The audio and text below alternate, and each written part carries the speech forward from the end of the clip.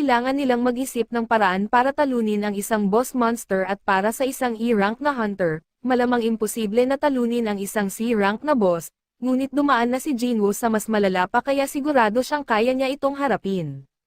Inilabas ni Jinwoo ang kanyang sandata at ipinahayag na tatalunan niya ito kapag umalis na ang grupo ni Dong sa dungeon. Nagtataka ang mage kung bakit hindi na lang nila pinatay ang dalawang baguhan na ito at doon ay ipinaliwanag ni Dong na hindi nila maaring ipagsapalaran ang paggising sa gagamba dahil hindi nila maaani ang mga kristal habang nagigising ito.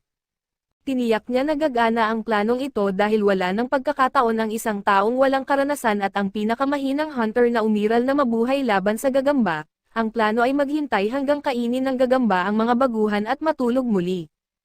Hindi nila maaring pasabugan ang daan papasok dahil magising ang gagamba, pero alam ni Dong ang isang maliit na daan sa itaas ng kuweba at ang pinakamasamang senaryo, ay kung hindi matutulog ang gagamba matapos kainin ang mga baguhan.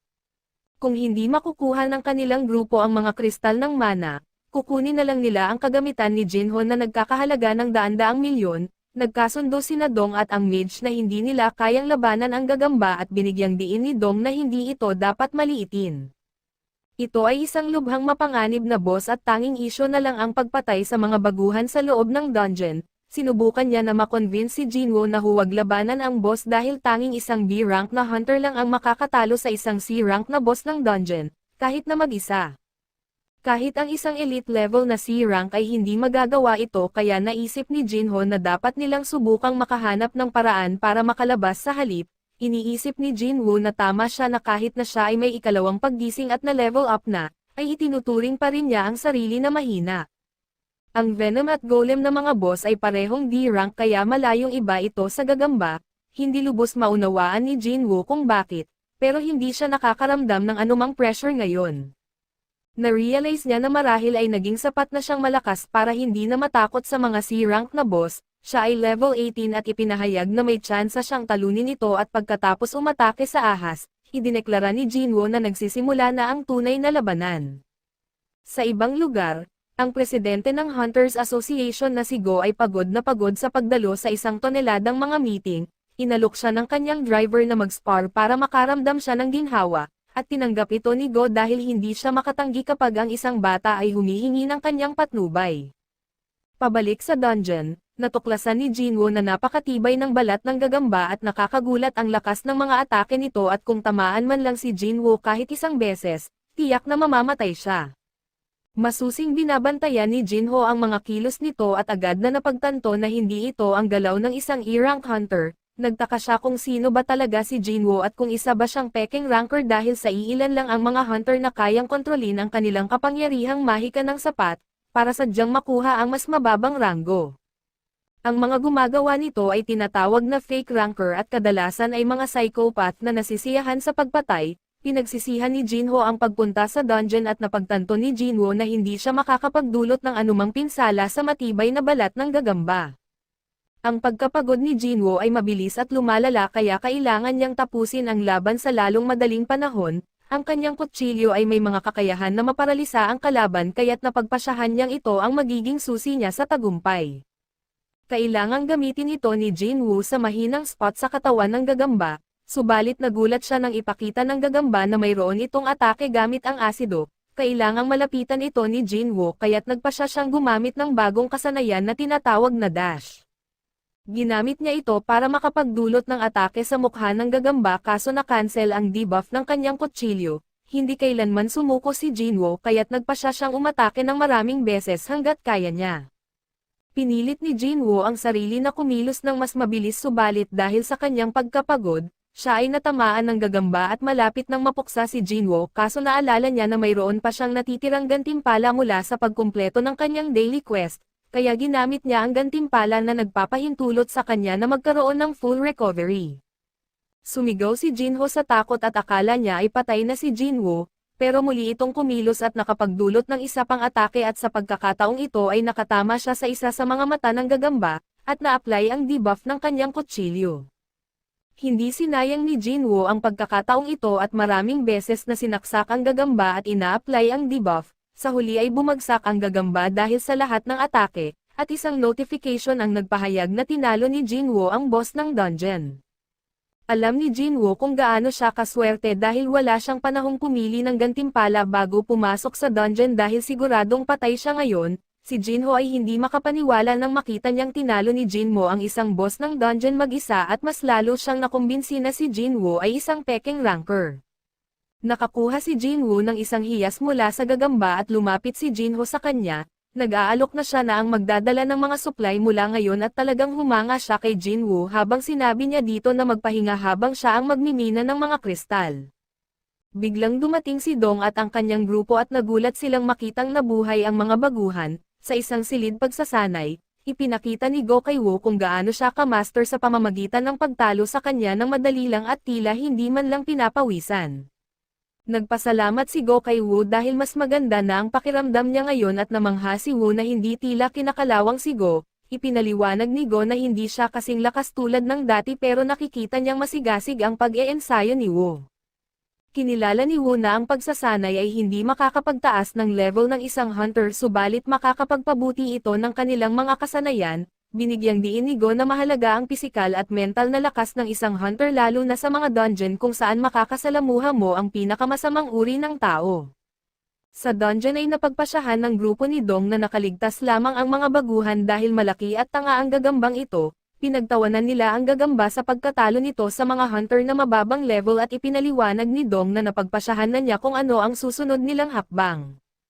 Inihayag niya kay Jinho na alam niyang nagmula siya sa isang mayamang pamilya. Kaso hindi nakikita ni Jinho kung bakit ito mahalaga at sinabi ni Dong sa kanya na bibigyan niya lang siya ng isang pagkakataon at inutusan siya na patayin niya si Jinwoo.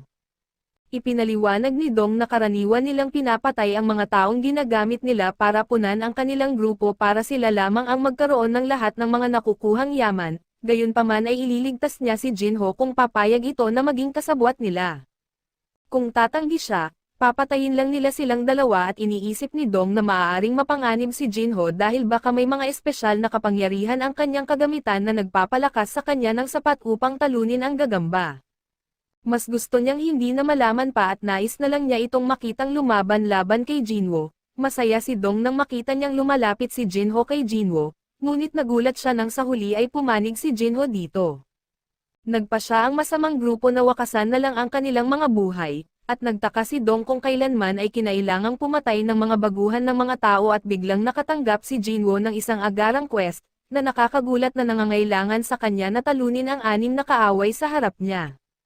Nagpa siya ang grupo na patayin ang isa na sa tingin nila ay mas mahina, kaya inatake ng mage si Jinwoo at nag-aalala si Jinho para sa kanyang bagong kaibigan at nangangamba nang makita niya ang kalagayan ni Jinwoo. Sa ibang lugar, isang miyembro ng grupo na si Cha na inatasan na magturo, ay nagsasalita tungkol sa kung gaano siya kahanga-hanga dahil sa nahihirapan sila sa isang A-rank na hayop ngunit tinalo niya ito sa isang iglap. Natutuwa ang mga babae na sila ay kabilang sa 2 nangungunang mga guild dahil maraming hindi kanais-nais na mga chismis tungkol sa ibang mga pangkat. Isang halimbawa nito ay ang mga strike team na may kahinahinalang mataas na fatality rates. Pabalik sa dungeon, sinabi ni Dong na tapos na ang lahat at idineklara na patay na si Jinwoo. Kinundena ni Jinwoo ang kanyang sarili sa pagkakalimot at pinaalalahanan ang sarili na siya ay nagtatrabaho sa isang mundo kung saan ang survival of the fittest ay ang realidad.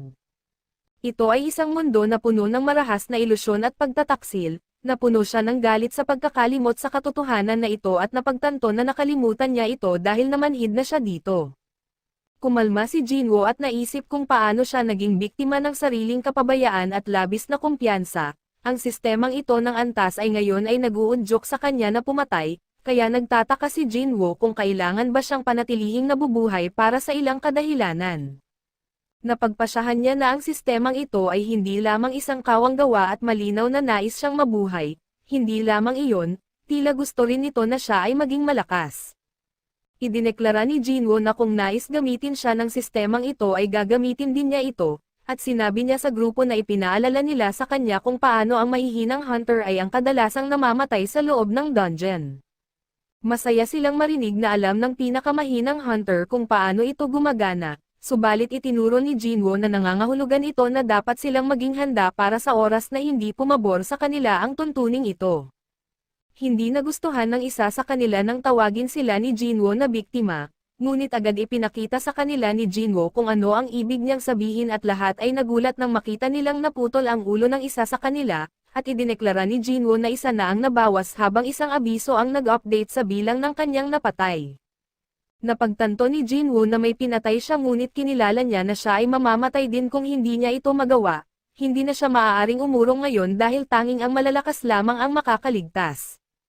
Nagising ang grupo mula sa kanilang pagkabigla matapos makita na ang isang E-rank ay nakapatay sa isa sa kanilang D-ranks at inatake nila si Jinwoo, ngunit walang saysay ito dahil sinimulan ni Jinwoo na saksakin sila isa-isa. Ang kanyang mga debuff ay nagkakaroon ng epekto at kinuha niya ang buhay ng dalawa. Ang Archer ang susunod na biktima, dala na rin ng galit ni Jinwoo at hindi nagtagal ay sumunod na ang Mage at isa na lamang ang natitira. Nagulat si Jinho dahil mukhang naging mas malakas ito kaysa noong hinarap niya ang boss ng dungeon. Napagtanto ni Dong na itinago ni Jinwoo ang kanyang kapangyarihan sa buong panahong ito, ngunit binabalaan niya ito na siya ay walang katulad sa ibang C-ranks at pinatibay ni Dong ang kanyang katawan at iniisip niya na malamang ay siguradong pagod na si Jinwoo, pagkatapos nitong labanan ang isang boss at 5 hunters. Ginawa ni Dong ang kanyang katawan na kasing tibay ng bakal kaya't walang paraan na mapinsala nito ng sandata ni Jinwoo. Sinimulan ni Dong ang kanyang atake kaso nagulat siya sa bilis ni Jinwoo. Kinilala ni Jinwoo kung gaano kalakas si Dong, pero inihayag niya na may masama na balita siya para dito at ganap na tinalo ni Jinwoo si Dong at inihayag na siya ay nag-level up sa buong panahong ito. Napagtanto ni Dong na tiyak na hindi i-rank si Jinwoo at nag-alok na magbayad ng doble. Binanggit ni Jinwoo na 3 beses sinubukan ni Dong na patayin siya at sa ngayon ay humihingi na ito ng awa. Sinubukan ni Dong na sabihin na hindi makakatakas si Jinwoo sa ginawa niya subalit pinaalalahanan niya ito na siya mismo ang nagsabi na anuman ang mangyayari sa dungeon ay hindi kailanman malalaman. Gumawa si Dong ng huling pagsisikap na bantaan siya kaso tinapos lang ni Jinwoo ang kanyang buhay. Kumpleto na ang kanyang quest pero nagsimulang gumuho ang dungeon dahil tinalo na ang boss at nang makalabas sila, iniulat nila na sila lamang ang nakaligtas sa laban kontra sa gagamba. Naghinala ang opisyal dahil sila ang pinakamababang antas ng mga miyembro subalit na-distract siya sa gamit ni Jinho. Hindi makapaniwala si Jinwoo na siya ay ginantimpalaan para sa kanyang ginawa at napansin niya na nakatanggap siya ng skill na murderous intent na naglalagay sa mga kaaway sa estado ng panik at binabawasan ang lahat ng kanilang kakayahan sa kalahati.